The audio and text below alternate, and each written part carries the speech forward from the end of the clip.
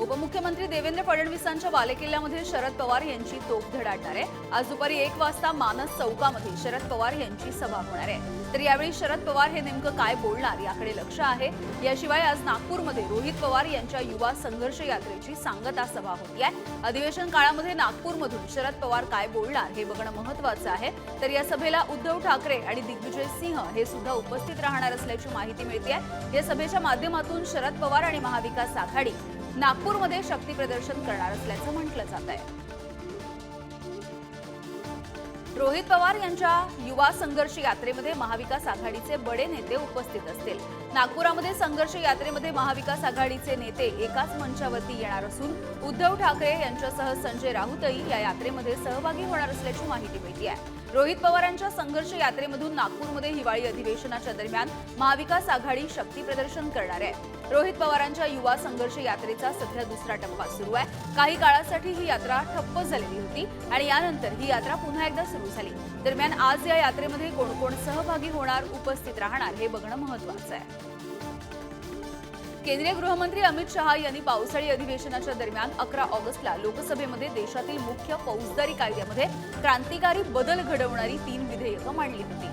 मात्र लोकसभेने ही विधेयकं संसदेच्या संयुक्त समितीकडे अभ्यासासाठी पाठवली होती।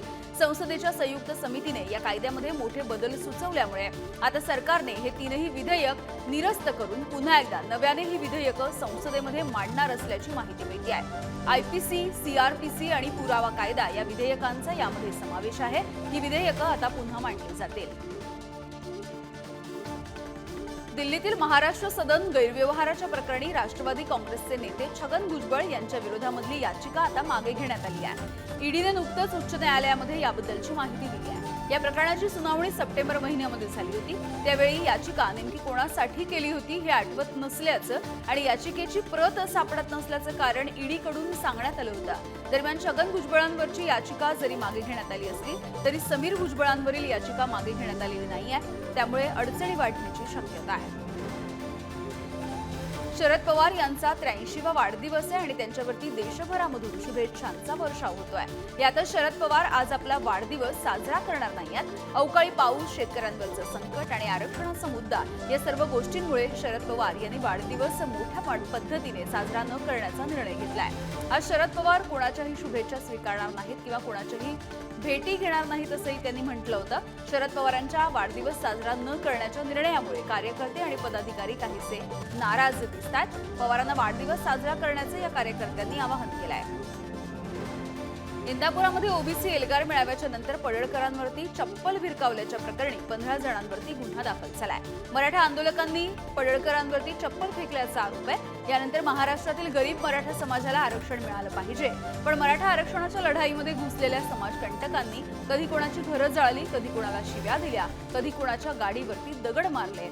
याचा अर्थ असा होतो की समाजकंटकांना आरक्षणापेक्षा महाराष्ट्रामध्ये अशांतता पसरवायची आहे, दंगली घडवायच्या आहेत। यामागचा सूत्रधार आम्हाला माहिती आहे, अशी प्रतिक्रिया पडळकरांनी दिली आहे।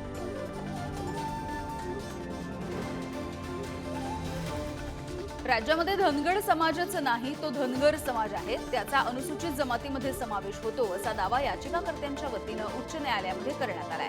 धनगर आरक्षण याचिकेवरती याचिकाकर्त्यांच्या वतीनं ॲडव्होकेट खंबाटा यांनी हा दावा केलाय। एखादा समाज राज्यामध्ये अस्तित्वात नसताना त्या संदर्भामध्ये उच्च न्यायालयाने निर्णय दिला असेल तर त्या संदर्भात पुन्हा नव्याने चौकशी करण्याचा अधिकार खंडपीठाला आहे, अशी भूमिका त्यांनी स्पष्ट केली आहे। याची दखल घेत खंडपीठाने याचिकेची सुनावणी 3, 4 आणि 5 जानेवारीला निश्चित केली आहे। धारावीमधल्या रहिवाशांना एन्काउंटर स्पेशालिस्टच्या धमक्या येत असल्याचा गंभीर आरोप काँग्रेसच्या आमदार वर्षा गायकवाड यांनी केलाय। विधानसभेमधल्या भाषणामध्ये त्यांनी धारावीच्या व्यथा मांडल्या। धारावी पुनर्विकासासाठी धमक्या देत तयार करण्याचा प्रयत्न असून माजी पोलिसांकडून रहिवाशांमध्ये दहशत माजवण्याचा प्रयत्न केला जातोय, असंही वर्षा गायकवाड यांनी म्हटलंय। धारावी पुनर्विकासासाठी उद्योगपती गौतम अदानींच्या कंपनीची निवड केल्यामुळे राजकारण तापलं होतं। आता यावरूनच आरोप प्रत्यारोप सुरू आहेत।